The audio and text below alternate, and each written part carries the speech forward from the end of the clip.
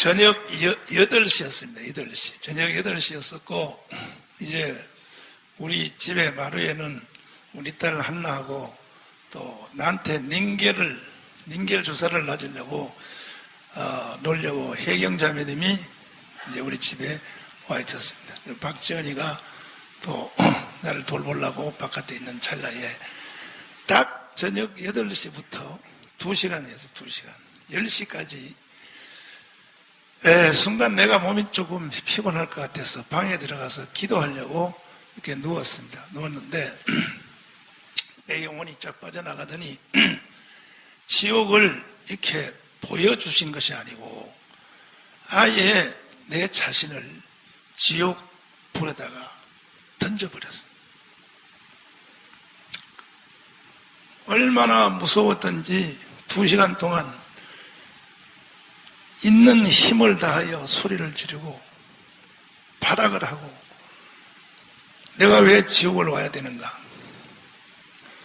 나는 땅에서 목사를 했는데 왜 내가 지옥에 와야 되는가? 하고 소리를 쳐봤자 누가 나를 하나 도와주는 사람이 없었습니다.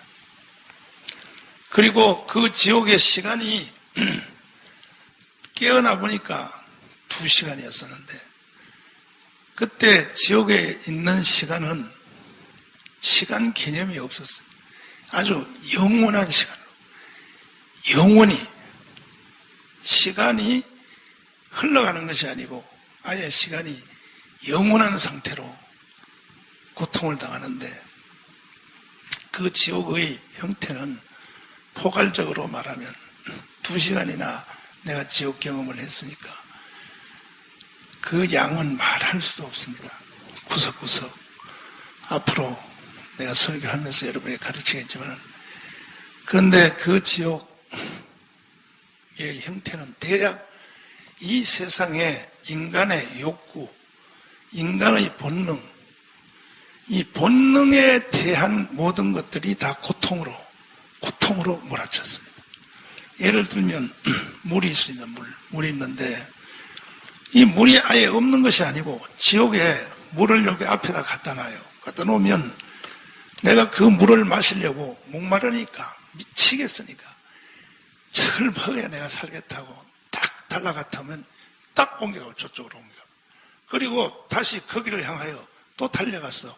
내가 정부를 먹어야겠다고 달려가면 또 이쪽으로 옮겨가 버려. 이게 계속 반복되는데 그때 사람의 그 고통은 말할 수가 없었습니다. 그 다음에 캄캄함과 추위에 대하여 캄캄함과 추운 캄캄하고 사람도 아무도 없고 빛도 없고 아주 캄캄한데 근데 마치 동굴처럼 여러분 동굴 속에 들어가 봤나요? 동굴 속에 들어가면 저 동굴 깊이 들어가면 물 한 방울이 위에서부터 똥 때려지면 그 물소리가 그 동굴 안에 물 떨어지는 소리가 똥 하는 것처럼 그런 그 지옥에서 그런 상태가 무서움과 두려움 속에서 캄캄함 속에서 그 무서움은 말할 수가 없어요. 말할 수가. 내가 그 2시간 동안 지옥을 경험하고 난 뒤에 벌벌벌 떨면서 소리를 치면서 그리고 바깥으로 바로 뛰어나가서 저 집 앞에 있는 모든 집의 대문을 부시고 들어가서 그 안에 사람들이 뭘 하든지 밥을 먹든지 얘기를 하든지 모가지를 잡고 지옥하지 마. 너 지옥하면 안 돼. 이런 소리를 외치고 싶은 충동이 내 속에서 일어났습니다. 그리고 돈에 대하여 이 돈을 가지고 돈에 대한 목마름이 지옥에서 그리고 사람이 이 배고픔과 먹는 것에 대하여 그리고 잠자는 것에 대하여 잠을 못 자는 거예요. 잠을 잘 수 있도록 놔두질 않는 거예요. 이 마귀가 잠은 오는데 잠을 못 자게 하는 계속. 그리고 이 음란에 대하여 음란의 영이 음행이 막 욕구가 불들 치는데 그것을 이룰 방법이 없고 그 목마름이 계속되고, 그렇게 하다가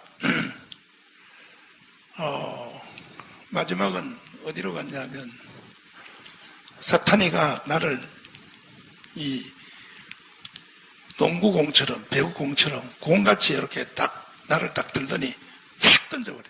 던지니까 내 몸이 휙 날라서 저쪽 벽에 팍 부딪혀. 부딪히니까 거기에 있는 마귀가 나를 딱 잡고 또 이쪽으로 휙 던져버려. 그러니까 여기 이쪽에 마귀가 또 딱 잡고, 이것을 계속 이 공 가지고 놀듯이 나를 던지면서, 그러니까 그때 어지러움과 현기증과 그 무서움은 말할 수가 없어요. 사탄이가 계속 나를 가지고 놀았어요. 어떻게 하면 여기서 나갈 수 있나?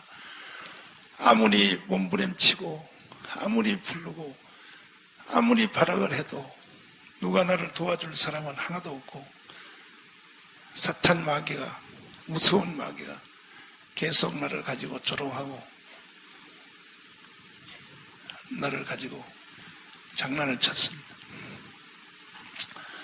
그래서 딱 깨어보니까 8시에 내가 잠을 자러 들어갔는데, 눈을 딱 뜨고 깨어보니까 몇 시냐면 저녁 10시인데 내가 밖에서 누가 있느냐고, 한나야 누가 있어?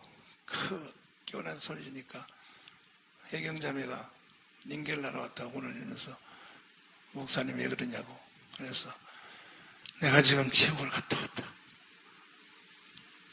그리고 조영기 목사님 유튜브에 있는 지옥 간증을 빨리 들어라, 빨리 찾아라 그랬습니다. 왜냐하면 옛날에 내가 조영기 목사님이 지옥을 갔다 왔다 하기에 안 믿었어요. 사실은 지옥을 보여주는 건 보여주는데, 그 목사님이 문을 직접 하나님 지옥을 던지겠느냐.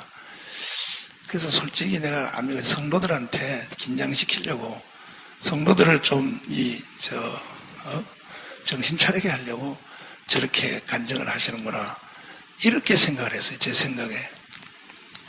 그런데 지옥을 딱 2시간 보고 난 뒤에 제일 먼저 조영기 목사님 그 지옥에 대해서, 내가 안 믿은 거에 대해서 이게 두려움이 확 다가오면서 이거 회개를 해야겠구나.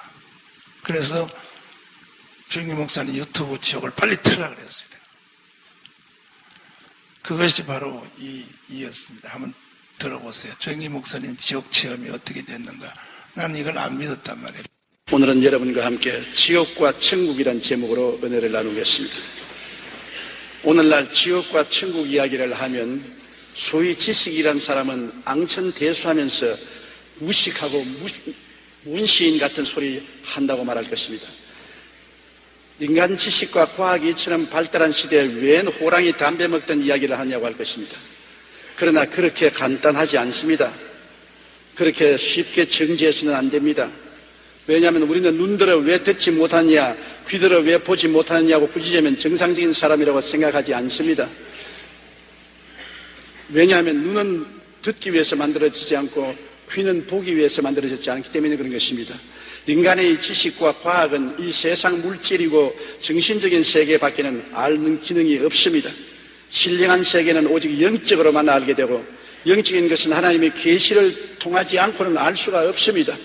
그러므로 지옥과 천국에 대한 지식은 하나님의 계시의 말씀인 성경을 통해서 많이 알 수 있는 것이지, 과학자의 연구실에서나 지식자의 강단에서 알아낼 수 있는 것은 아닌 것입니다. 조나단 에드워드는 어느 날 설교를 하면서, 만약 내가 여러분에게 단 5초만 지옥을 보여줄 수 있다면 하나님 앞에서 신실하게 살지 않을 사람이 없을 것이라고 말했었습니다. 아마 조나단 에드워드는 직접 지옥을 체험한 것 같습니다. 존 웨슬레도 가장 효과적인 설교는 지옥을 설명하는 것이라고 말했었습니다. 유명한 철학자 임마누엘 칸트는 이런 말을 했습니다. 이 세상에서 부조리하고 불공평한 처사를 볼 때마다 천국과 지옥은 반드시 있어야 한다고 생각한다고 그렇게 말했었습니다. 예수께서 말씀하신 부자와 거지 나사로의 이생의 삶과 후생의 삶은 참으로 흥미진진합니다. 예수님께서 말씀하시기를, 한 부자가 있어 자색 옷 즉 권력자가 입는 옷을 입고 또 가는 배옷 굉장히 부자들만 입는 옷을 입고 날마다 화롭게 지냈습니다. 왜냐하면 권력이 있지요. 돈이 있으니까 그걸 가지고서 하나님 생각은 전혀 하지 않고 자기 중심으로 쾌락 중심으로 주지 육림에 빠져서 살았습니다. 그런데 나사로라 이름만 한 거지가 헌대투성이로 그의 대문 앞에 버려진 채 부자의 상에서 떨어지는 것으로 배불리려 하였었습니다. 남루하고 온몸에 병들은 거지가 기동을 잘 못하면서 그 대문 앞에 누워서 밥상에 떨어진 부스러기를 개에게 줄 때 가서 같이 주워 먹고 염려하고 있었습니다. 그러므로 개들하고 친구가 되어서 개들을 끌어안고 자고 개들과 더불어 살았었습니다. 개들이 그의 위로가 되었었습니다. 그 헌대를 핥아주고 비벼주온 것입니다. 그런데 세월이 늘 그렇게만 있는가요? 거지가 마음이 비고 몸이 아프니까 자연히 찾을 것은 하나님과 선지자의 말씀을 찾을 수밖에 없는 것입니다.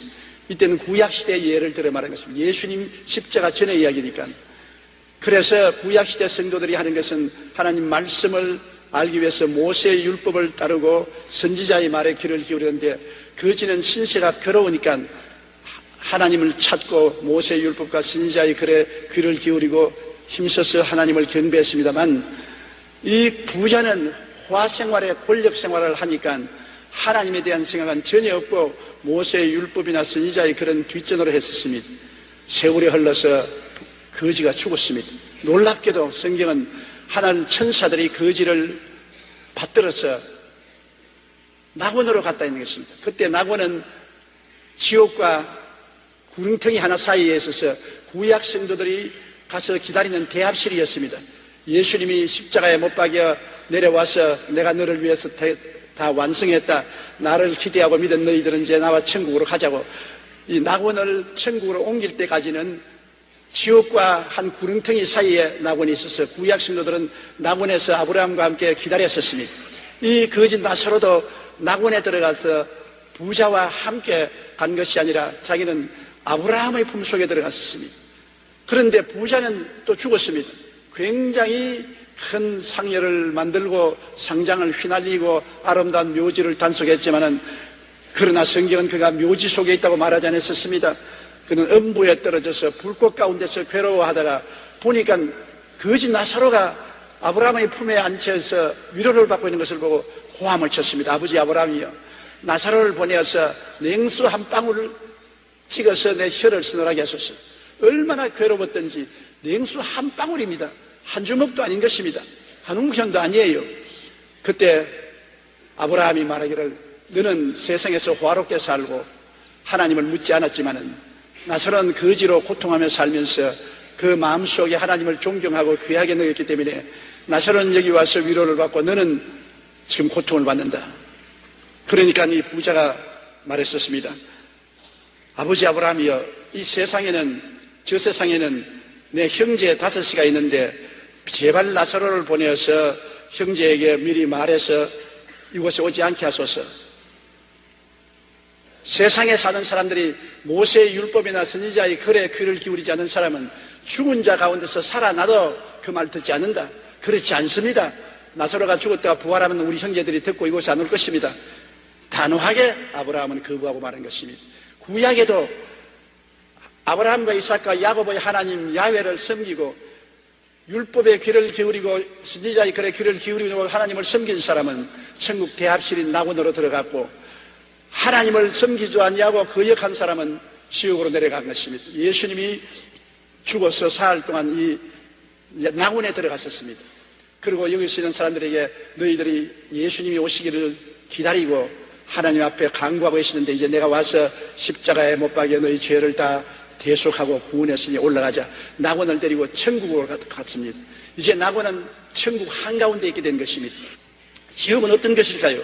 뱃속에 있는 아기에게 태어날 세상 이야기를 해도 이해할 수 없듯이 다가올 영적 저 세상의 이야기를 쉽게 알 수 없기 때문에 성경에는 온갖 이 세상의 예를 들어 설명하고 있습니다만 인간의 말로는 결코 설명할 수가 없습니다.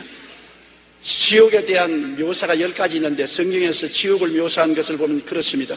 시편에서는 호통만 있는 곳, 전도서에서는 일과 계획이 없는 곳, 지식과 지혜도 없는 곳, 아가서에서는 잔혹한 곳, 이사야에는 벌레로 뒤덮인 곳, 마태복음에는 꺼지지 않는 불못으로, 마가복음에는 벌레도 죽지 않는 곳으로, 불로서 소금치듯 하는 곳으로, 누가복음에서는 기갈을 당하는 곳으로, 데살로니가 후서에서는 영원한 멸망의 곳이 된다고 설명하고 있는 것입니다. 얼마 전에 저는 꿈도 아니고 환상도 아니고 죽은 것도 아니고 살은 것도 아니고 몸 안에 있는지 몸 밖에서도 모르는 사이에 지옥으로 떨어졌습니다. 지옥은 마치 우주의 블랙홀 같았습니다. 주위에 있는 별들을 다 빨아당겨서 삼켜버리는 지옥인데 엄청난 자석과 같았습니다. 자석은 쇠붙이가 있으면 다 끌어당기는데 별 수 없이 끌려가는 것처럼 지옥은 죄만 있으면 다 끌어당겨요. 손톱 많은 죄로부터 바위덩어리만한 죄, 모든 죄를 끌어들이는 엄청난 인력을 가지고 있습니다. 지옥으로 사람들이 끌려 들어가는데 막 뒹굴면서 엄청난 인력에 곤두박질 치면서 빨려 들어가는데 누구도 막을 수가 없어요. 죄는 큰 죄나 적은 죄나 죄는 쇠붙이가 크거나 적거나 자석에 끌려가듯이 열린 지옥에 끌려 들어가는데 죄의 값은 사망이라고 지옥은 사망의 처소인데 캄캄한 것으로 끌려 들어가는데 저도 회오리 바람 같은 그 자석의 힘에 의해서 지옥으로 떨어졌습니다. 지옥 문에서 들어가자마자 그곳은 시간이 중지된 곳이었습니다. 영원한 곳이었습니다. 영원한 곳에 급속한 속도로 떨어지는데 그 고통은 말로 다 할 수 없어요. 이 세상의 말로서 비유를 할 수가 없는 것입니다. 얼마나 고통스러운지 도저히 말로 다 할 수 없어요. 그리고 나는 이제 영원히 지옥에 떨어지고 못 나온 줄 알았습니다. 거기에 떨어져서 고통을 당할 때 생각하기를 안 태어나는 것이 얼마나 좋을까. 이런 고통스럽고 괴로운 세계에 올 바에는 안 태어난 것이 얼마나 좋을까 생각하는데 마음속에서 예수님이 보혈을 부르시더라. 예수님이 보혈을 부르시더라고요. 저는 원래 예수를 믿고 주님께 기도하는 사람이니까 보혈이 마음속에 있지만 다른 사람은 보혈이 없지 않습니까? 내가 예수님의 보혈로 아주 모기 소리만하게 예수님의 보혈로 하니까 끌려 내려가던 내가 딱 중지를 해요. 그리고 예수님의 보혈을 외치니까 지옥이 끌어당기는 자력선이 없어져 버리고 떠올라오기 시작하는 것입니다. 그래서 제가 고함을 쳤습니다. 예수님의 보혈로. 그러니까 예수님의 보혈의 능력을 말할 때마다 떠올라와서 지옥의 세력이 끊어지고 나중에 세상으로 탁 나와서 정신을 착 차리는데 영원의 세계를 여행하고 온 같은 기분을 느꼈었습니다. 도저히 형언할 수 없는 그러한 느낌을 느껴서 제가 수첩을 내어서 그 감정을 적었었습니다. 그것을 여러분과 나누고자 하는 것입니다. 지옥은 절대 단절의 처소인 것입니다. 지옥에는 하나님 생각도 할 수 없어요. 이 세상에 하나님을 믿지 않은 사람은 하나님 생각도 할 수 없고 마음에 보혈이 없는 사람은 교회 아무리 왔다 갔다 하고 형식을 지켜도 소용이 없어요. 바로 이것입니다. 나는